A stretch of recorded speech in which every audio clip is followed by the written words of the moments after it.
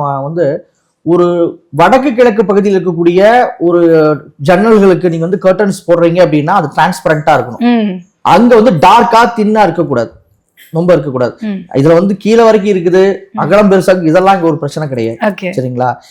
நீங்க கர்டன்ஸே போட்டிருந்தாலும், டிரான்ஸ்பரண்டான ஒரு கர்டன்ஸே போட்டிருந்தாலும் காலையிலையும் மாலையிலையும் கண்டிப்பாக அதை ஓபன் பண்ணி திறந்து வச்சாதான் அதுவே பயன்படும்.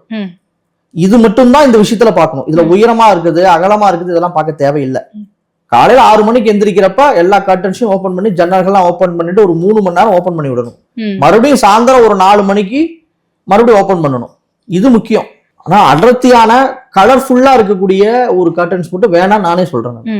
அப்ப லைட்டான கலர்ஸ் நம்ம வந்து போடுறதுனால என்ன மாதிரியான குட் வைப்ரேஷன் நமக்கு கிடைக்கும் சார்? நல்ல வென்டிலேஷன் இருக்கும், வீடு வந்து வெளிச்சமாக இருக்கும். வெளிச்சமாக இருக்கிற இடத்துல வந்து நம்ம மனநிலையும் சிறப்பா இருக்கும். நீங்க ஒரு வீடு போனீங்கன்னா ஒரு இருடடைஞ்ச மாதிரி இருக்குது, ஒரு லைட் ரொம்ப லோவா இருக்குதுன்னா உங்களுக்குமே என்னன்னா தூக்கம் தான் வரும். அங்க வீட்டுல ஒரு வந்து சுறுசுறுப்பா இருக்கக்கூடிய சூழல் கொடுக்காது. அதனாலதான் வீடு எப்பயுமே இருட்டா இருக்கக்கூடாதுன்னு சொல்லுவாங்க. அதனாலதான் அந்த மாதிரி ஸ்கிரீன் எல்லாம் வந்து போட வேண்டாம், ரொம்ப டார்க்கான கலர் இருக்கக்கூடிய ஸ்கிரீன் போட வேண்டாம் அப்படின்னு சொல்றது.